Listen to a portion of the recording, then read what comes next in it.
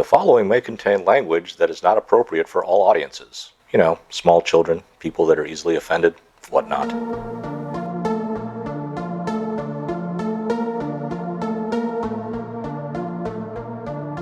All right, everybody. Thanks for joining in.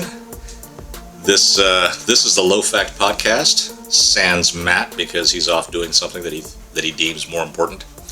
So it's just Andy and Dave, and today we will talk about something that that the podcast has hinted around several times, which is the whole perception versus reality, or is perception reality, that type of deal.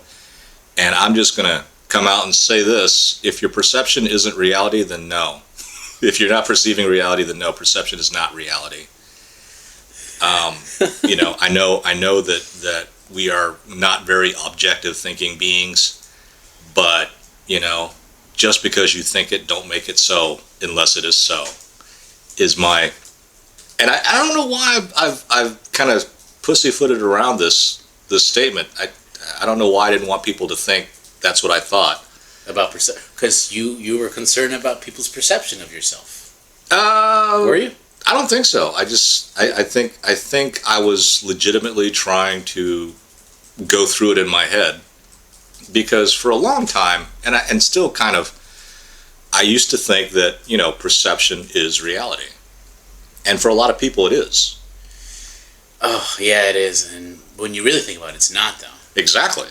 But that comes back to a previous subject, where intellectual laziness, where if you have to think about this, you really got to think about this stuff, because perception and reality are completely different. But there has to be some thought into what the difference is. Now, a lot of people don't like to do that. Yeah, that requires effort. Okay. Common Core. Sorry.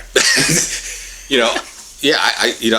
I don't dispute you. I might dispute your syntax maybe a little bit, but. No, the sentiment, I agree with you. I mean, unless you're actually perceiving reality, then no, your perception isn't reality.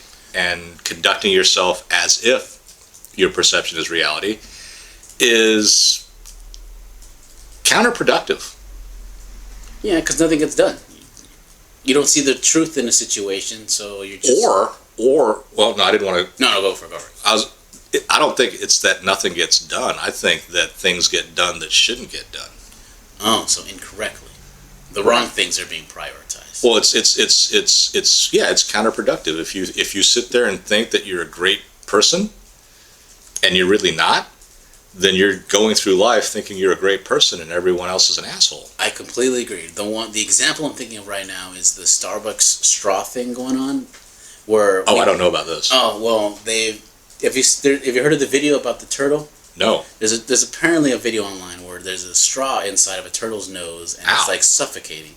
So there was this whole thing with Starbucks and a lot of other fast food chains, not just Starbucks, where they started using paper straws. How's that better? Because it dissolves in water, so like it won't stay intact, so the animals can't get injured by them. I believe that's the argument. And my issue with that was Starbucks has full plastic cups with plastic lids with paper straws. The issue is the plastic, not specifically the straw. Your perception that is you get rid of the straws, it solves the issue. When the reality is there's a whole fuck ton of plastic we need to deal with that we don't want to acknowledge. So if we got rid of the straws, it solves everything to them. When in reality, it hasn't even scratched the surface of what the issue is. So it's not a matter of incrementalism, like we get rid of the straws first, and then we get rid of this next, and we get rid of this next. That's not the idea. Had they done that, I would have been less critical about it. But it's mainly just because of one fucking video about one piece of shit turtle who I hope is fucking dead, that I have to drink a paper straw, which dissolves within 5 minutes and breaks in my drink. So not only do I not like the inconsistent of their perception, I'm just mad that I have to use a paper fucking straw. It's a selfish reason too. I'm not that I'm on a higher ground. I'm just as scummish as they am, but... So you would be okay if someone told you this is what we're trying to accomplish? And it was incrementally, like first we'll get rid of the straws, then we'll get rid of this, then we'll get rid of this? Not that I'm okay with it, but I'll be more respectful of it, because at least there's a consistency. Like, okay, I want to deal with the problem as a whole, not just let me just do this little section and ignore the rest of reality. It's their perception, which I have an issue with. Okay. If you're going to do it like that, at least you're consistent, and I'll be more respectful of your opinion. You'd still disagree. Oh, very much, Okay. because I think they're full of shit. Okay. But I would be more respectful, because at least they're consistent. Okay, so you'd be to let me see if I can recap correctly. So you'd still disagree with the incremental process, with the process of it. Very much. But you would sit there and say, okay, I see where you're going. I think you're wrong, but I see where you're going. I see where you're going, and I'll give you a shot. I may not agree, but at least you're trying something. Okay. And I like that the most. At least give something a shot, even if I don't like the idea. At least you're trying something. So what makes you so why do you think people are so reluctant to put forth the whole picture? I think people feel that it's too hard. And So they think you're stupid. I honestly think like they're stupid or they're just not capable of doing it. They're like, oh, this is too much work. But if we do one thing and we make it sound big, people will perceive that as we're changing more than we really are. And so it looks good. So as long as it looks good and it looks good to the public, they see it as that's a solution. When in fact that's the furthest thing from it. So do you take umbrage at the fact that they think that you're inferior? A little bit. Is that what it is? Because they kind of have a high-nose feeling to it. It's like, oh, we're getting rid of plastic straws. As if they've fucking figured it all out. So, it is kind of like where you think you're above me. And like, we figured something out. And all you do is complain and bitch. So, obviously, we're better people. When in fact, you're deceivers and liars. And you just want to perceive that you're better because you're trying the minimal instead of going full effort. Okay. So that raises the other question of, because I think everybody can be on board with that idea that you don't like other people to act or think that they're superior to you, Very much. especially when they're not. But have you ever run into a situation where people are superior and they're laying stuff out and you got nothing? You can't be like, I think I experienced that a lot at work. Really? Well, I don't know. I always feel like, at any other job, I've always felt when a boss is over me, I give them this sense of superior. I put them on a pedestal. It's something I don't like about myself. I don't know, I've had a bad issue where like, I know they're wrong, Right. but I'm still going to do what they said just because they're above me in a pay rate and in a superior workplace. See, that's probably a good way to get along, because I'm the opposite, and it hasn't really done me much, done me many favors, I'll tell you. Okay. The other side is where it's just a lot of repression of opinion.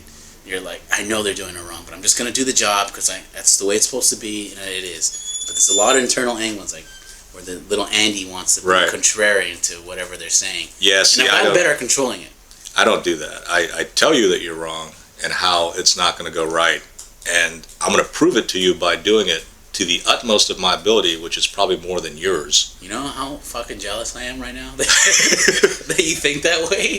I respect that highly. I've gotten a lot of crap.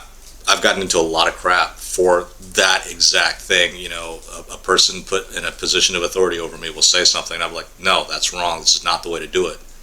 But because you've got the authority, the upper hand. No, the authority. It's not the upper hand. hand. Yeah, Because you have the authority. Yeah.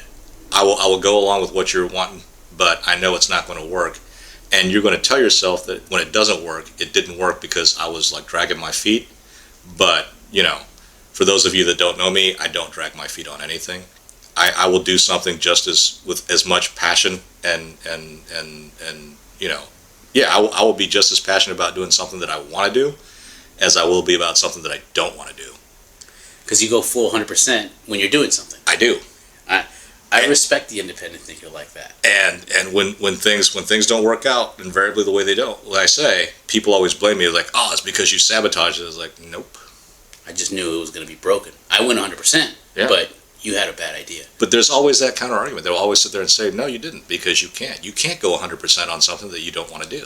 Well, yeah, because they're always going to believe, oh, since you didn't like the idea, you're not going to try hard. You're going to sabotage this thing. Not realizing that you do shit because you know what needs to be done, even if they know they're wrong. Right, but I think that for a great number, like most of us, the opposite is true. If they don't want to do something, they will do something to, subconsciously or not, or consciously, to sabotage it and thus so having the self-fulfilling prophecy. Yeah. But I've never been of that ilk. No, you've never had that where like I'm gonna do it, but when it fails, I know I'm right and I'm satisfied in that. No, because when it fails, it's not going to be good for me. All right, that's good. You see the bigger kind of picture. I do, and people just don't like it. I respect that. So there it is. Thank you very much, and tune in tomorrow when we tell you about how much we love food. All right, thanks for tuning in to Low Fat Podcast. You can find us on YouTube. Just search Low Fact. You can also find us on Facebook, facebook.com/Low Fat Podcast. If you want to chat to us, send us some comments, or have us talk about some things, just send an email to lowfatpodcast@gmail.com. You can also follow us on our Twitter and Instagram pages at Low Fat Podcast. And also check out Andy's pages where he mixes our beats. Twitter and Instagram @FantasyBeat. And you can also find his wicked ass shit on SoundCloud at Artificial